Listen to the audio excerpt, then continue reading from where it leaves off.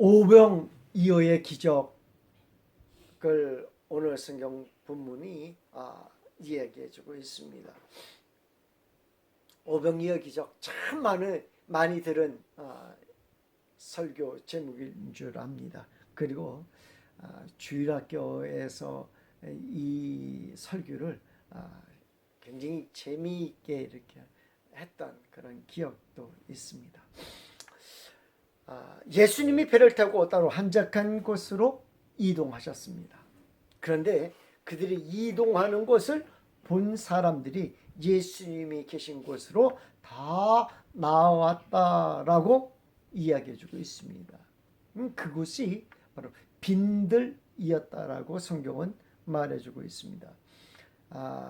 마태복음 14장 13절 말씀에 예수께서 들으시고 배를 타고 떠나사 따로 빈들에 가시니 무리가 듣고 여러 걸로부터 걸어서 따라간지라. 빈들은 무엇을 빈들이라고 해요? 아무것도 없는 데를 빈들이라고 하고요. 우리가 오늘 지도가 딱 있네요. 지도가. 이쪽 아래쪽에 있는 요 아래쪽이 바로 빈들. 그래서 갈릴리 바다에서 바람이 불어서 어느 쪽으로 빈들 쪽으로 이렇게 올라가는 거예요. 사방으로 이렇게 나아가죠. 바람이.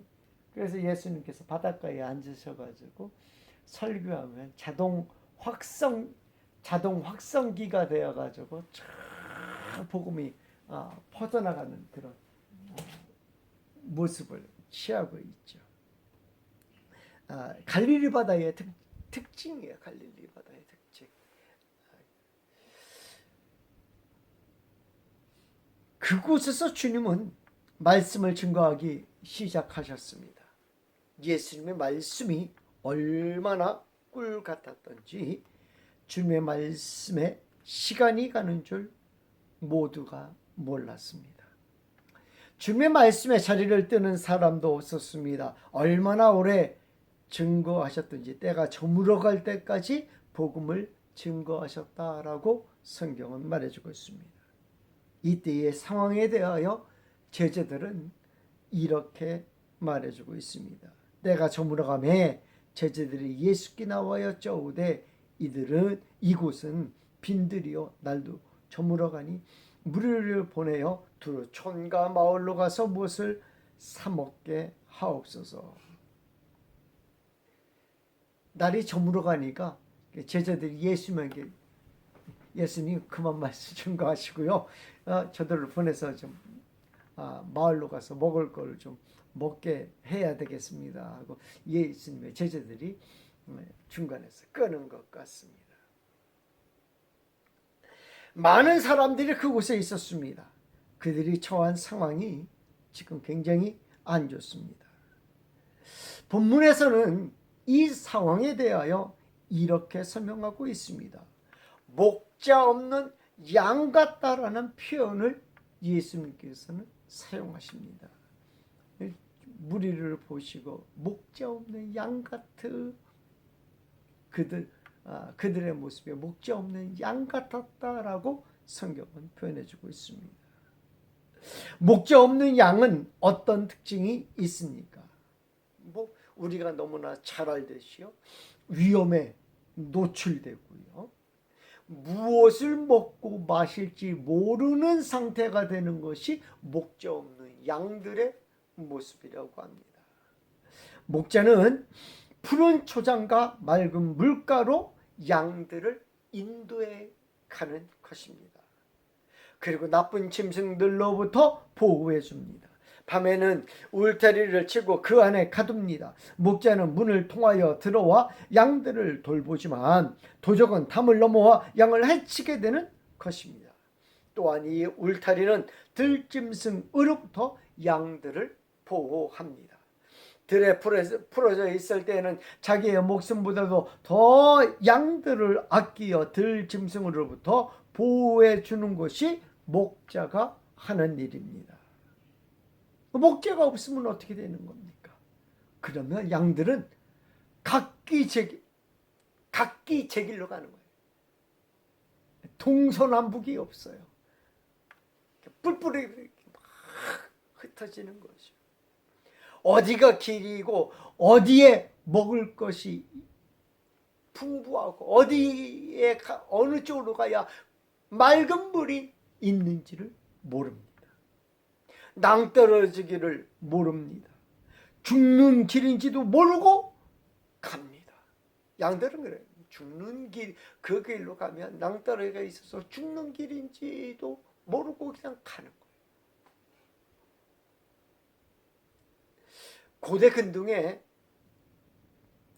고대 근동과 유대 전통에서 목자의 지팡이는 단순히 짐승을 몰거나 위협을 막는 도구가 아니었다고 합니다. 양들을 보호하고 인도하는 상징적인 도구였다고 합니다. 뿐만 아니라 이 지팡이에는 작은 방울이 달려 있다고 합니다. 작은 방울이 달려 있어가지고 말입니다. 양들은 그 소리를 따라서 목자의 위치를 알 수 있었고 목자가 어디로 가든지 자연스럽게 그 지팡이 소리를 이렇게 따라갔다라고도 합니다. 또한 이 지팡이는 우리가 생각하는 길들한 지팡이가 아니라 끝이 어떻게 됐다고 그래요? 끝에 이렇게 휘었다고 그러죠. 휘인 지팡이라고 합니다. 왜 휘었다고 그래요? 이 낭떠러지게 떨어진 것을 이렇게 끌어와야 되니까. 걸어가지고 쭉 하고 잡아다니는 그런 역할을 하는 것이 바로 이 구덩이에 빠졌을 때 그런 역할을 하는 것이 지팡이라고 합니다. 그리고 양들을 그렇게 보호하는 것이 목자의 모습입니다. 이렇게 제멋대로인 양들을 주님은 불쌍히 여기셨다라고 합니다. 그리고 그들을 말씀으로 오늘 양육하는 모습을 보게 됩니다. 그들에게 영적인 양식을 주었던 것입니다. 사마리아 성에서 우물가의 여인을 만났을 때 제자들은 주님에게 이렇게 말합니다. 그 사이에 제자들이 청하여 이르되 라삐여 잡수소서. 예수님이 사마리아 성 쪽으로 사마리아 지역으로 급하게 들어가는 바람에 뭘 안 가지고 갔다고 그랬어요? 먹을 것을 안 가지고 마실 것 먹을 거 하나도 안 가지고 그쪽으로 막 피신해 가듯이 갔다고 그랬어요. 그러다 보니까 제자들이 먹을 것을 구하러 마을로 들어가 버렸어요. 예수님이 한참 제자들이 예수님이 여인과 한참 대화를 나누던 중에 제자들이 왔어요. 그래서 예수님 좀 잡수세요 하고 했더니 예수님께서 그때 이렇게 말합니다. 이르시되 내게는 너희가 알지 못하는 먹을 양식이 있느니라. 제자들이 서로 말하되 누가 잡수실 것을 갖다 드렸는가 하니 예수께서 이르시되 나의 양식은 나를 보내신 이의 뜻을 행하며 그의 일을 온전히 이루는 이것이니라 라고 말씀하셨어요. 먼저 주님이 불쌍히 여기셔서 양식이신 주님을 그들에게 주신 것입니다. 양식인 말씀을 그들에게 주신 것입니다. 거기에 있는 모든 사람들이 빈들에 모여있는 모든 사람들이 그 양식을 예수님의 그 양식을 먹고 있었던 것입니다. 오병이어의 사건은 구약과 신약을 출애굽 사건과 신약의 예수님을 이어주는 아주 중요한 사건입니다. 많은 부분과 얽혀 있는 본문이기 때문에 중요하며 사복음서 모두에서 이 본문에 대하여 기록해주고 있는 것입니다. 구약과 신약을 이어주는 귀한 본문이라고 했습니다. 구약에서 이야기해주고 있는 젖과 꿀이 흐르는 땅에서 참 안식을 누리는 것. 그러나 신약에 들어오면서 참 안식이라는 것이 이스라엘 내에서 어떻게 됐어요? 사라져요. 가나안 땅에 들어가면 그들은 생각합니다. 가나안 땅에 들어가면 우리가 참 안식을 누릴 것이다. 무엇과 무엇을 먹으면서? 만나와 메추라기를 먹으면서 젖과 꿀이 흐르는 땅, 그 땅에 들어가면 우리가 참 안식을 누릴 것이다 라고 생각을 해요. 그러나 신약에 들어오면서 참 안식이라는 것이 사라진 지 오래되었습니다. 백성들은 생활고로 고통을 겪습니다. 정치적으로는 로마의 핍박이 강합니다. 왕은 우리가 이미 살펴보았듯이 유대인이 아니에요. 에돔 사람, 이두메 사람입니다. 성전은 완성되었지만 종교적인 지도자들이 자신들의 이익만 쫓습니다. 하늘에 참 양식이 없는 고통 속에서 백성들은 살고 있었던 것입니다. 그때 주님이 하늘의 양식을 내려주는 겁니다. 이 하늘의 양식은 참 안식을 의미하는 것입니다. 모세오경을 통하여 참 안식이 무엇인지를 성경은 가르쳐주고 있습니다. 참 안식은 출애굽과 더불어 광야에서 누리던 것을 참 안식이라고 말합니다. 참 안식은 하늘에서 만나와 고기를 주셔서 이스라엘이 먹게 해 주신 것입니다. 광야의 삶은 이스라엘에게 참 안식을 보여주는 이미지였던 것입니다. 그 이미지는 가나안 땅에서 누리는 참 안식의 그림자였던 것입니다. 그런데 가나안 땅에 들어와서는 광야의 삶보다도 못합니다. 그때는 적어도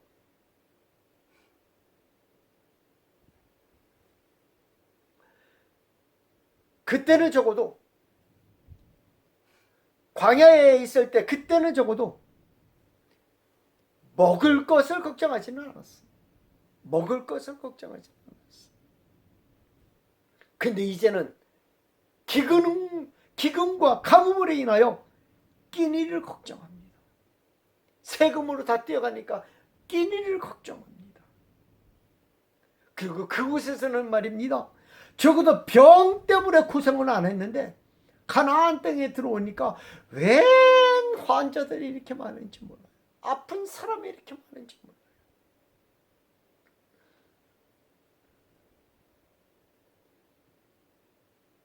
그곳에서는 앞으로 무엇을 해야 하나를 걱정 안 했는데 이제는 무엇을 해야 하나로 삶의 고통이 따라오는 삶을 살고 있었던 것입니다. 광야에서의 삶은 어떠했습니까? 매일같이 하늘의 양식을 먹으며 그들은 생명을 유지했습니다. 그들이 수고하여 얻은 것이 아닌 하나님이 공급해 주신 것으로 그들은 생명을 유지했던 것입니다. 그렇지 않아요? 그들이 수확하지 않았어요. 농사짓지 않았어요. 그래도 그들은 먹고 살 수 있었어요. 어떻게? 하나님이 먹여주셨으니까. 40년 동안 그들은 옷과 신이 헤어지지 않았다라고 성경은 말해주고 있습니다. 그래서 같은 옷과 신을 40년 동안 입고 신으려니 헤어져서 버린 것이 아니라 뭐해서 버려요? 지겨워서 질려서 버리고 새 신과 옷을 입었을 것이라는 생각을 해봅니다. 그들은 하나님의 불을 쫓아 살면 되었습니다. 내일 어디로 갈지 내일 무엇을 할지 고민하지 않아도 됩니다. 아침이면 만나를 거두어드리고 저녁이면 메추라기를 거두어드리면 되었던 것입니다. 그런데 이제는 다릅니다. 수고하고 거두어드리지 아니하면 그들이 살아갈 수 없는 세상에 살고 있었던 것입니다. 이제는 안식과도 너무나도 먼 안식이 잠자는 세상에 살았던 것입니다. 그런 때에 주님이 나타나셨습니다. 그리고 그들에게 보리떡 5개와 물고기 2개로 남자만 5,000명, 여자와 노인을 합치면 2만여 명을 먹이고도 12강줄이가 남게 하신 것입니다. 이는 하늘의 양식이라고 해도 과언이 아닙니다. 여러분, 오병이어의 기적이 하늘의 양식이 아니라 조금 아쉬운 면이 있다라는 생각을 해봅니다. 온전한 하늘의 양식이 아니에요. 이들이, 이스라엘 백성들이 진짜 원한 것은 하늘의 양식이었어요. 만나와 메추라기였어요. 하늘의 양식. 이 세상의 것을 가지고 뻥튀기 하듯이 늘리는 것이 아니었다라는 거예요.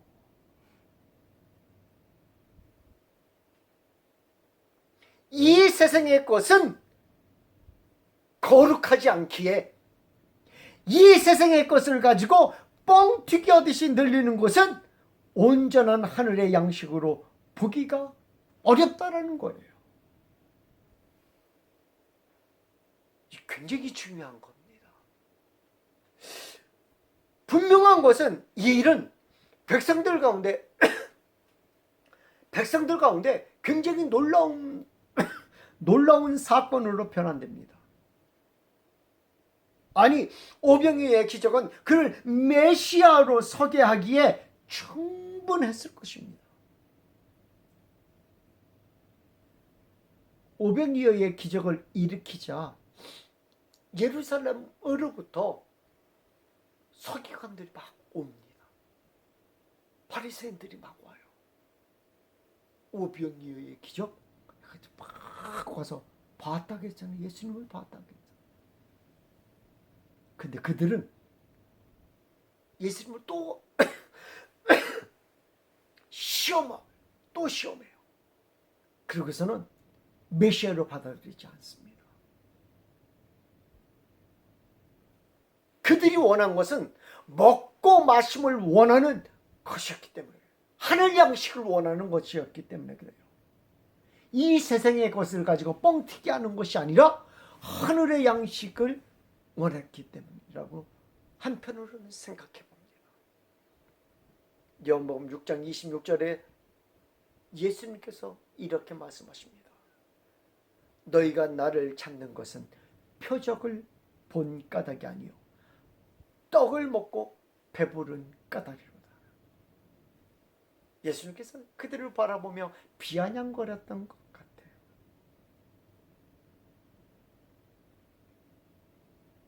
오병이어의 소식을 예루살렘에서도 들었습니다. 그러나 그들이 들었음에도 주님을 메시아로 받아들이지 않았습니다.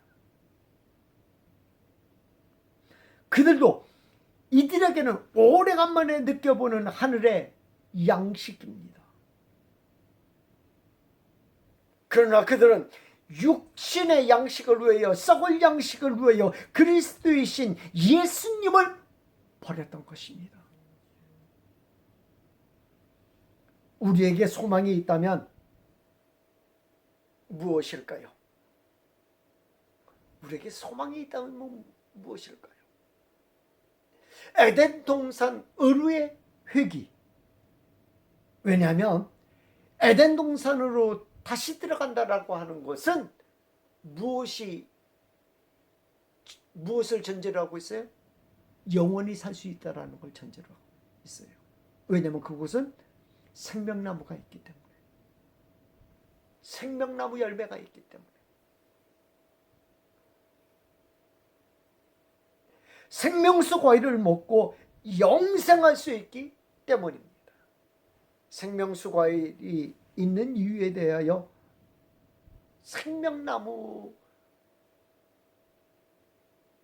생명수 과일이 우리가 사는 이 세상에는 왜 없는지 아십니까?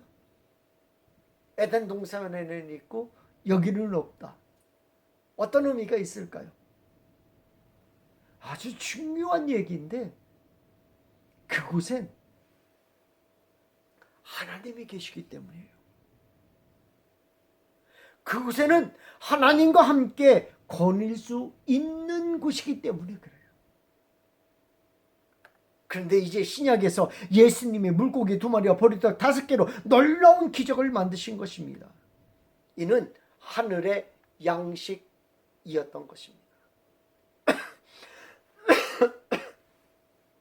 그래서 그들은 이스라엘에 다시 한번 참 안식이 올 것이라고 생각한 것입니다. 아니, 이것이 참 안식의 실현이라고 생각한 것입니다. 그러나 온전한 안식이 아니었습니다. 현실에 있는 곳으로 백성들을 먹이셨던 것이기 때문입니다. 주님은 본문을 통하여 말씀하시고자 하시는 것도 이것입니다. 육적인 양식이 영원한 참 안식을 주는 양식이 아니라 이는 그림자에 불과하다는 것입니다. 여러분, 하루에 몇 끼 먹습니까? 3끼 먹잖아요. 3끼 먹으니까 어떻게 돼요? 살 수 있잖아요. 이것이 그림자라는 거예요. 너희가 하늘 양식을 먹으면 영원히 살 수 있다라는 그림자라는 거예요. 근데 우리는 3끼 먹으면서 아이고 오늘 하루 또 버텼네, 하루 또 버텼네 이러고 있는데 그게 아니에요. 이게 그림자예요. 영원히 살 수, 하늘의 양식을 통해 우리가 영원히 살 수 있다라는 그림자예요. 그림자예요. 그림자. 영원한 안식은 주님을 통하여 주시는 것임을 말씀해 주시고자 하시는 것입니다. 주님은 나는 생명의 떡이라고 하신 말씀을 이루신 것입니다. 요한복음 6장 35절 말씀에 예수께서 이르시되 나는 생명의 떡이니 내게 오는 자는 결코 줄이지 아니할 터요 나를 믿는 자는 영원히 목마르지 아니하리라. 예수님이 친히 생명의 떡이 되신 것입니다. 그러나 그들은 예수님을 보지 못합니다. 그들은 육적인 양식 외에 영적인 양식을 보지 못하였던 것입니다. 요한복음 6장 48절에서 51절 보니까 내가 곧 생명의 떡이니라. 너희의 조상들은 광야에서 만나를 먹었어도 죽었거니와 이는 하늘로부터 내려오는 떡이니 사람으로 하여금 먹고 죽지 아니하게 하는 것이니라.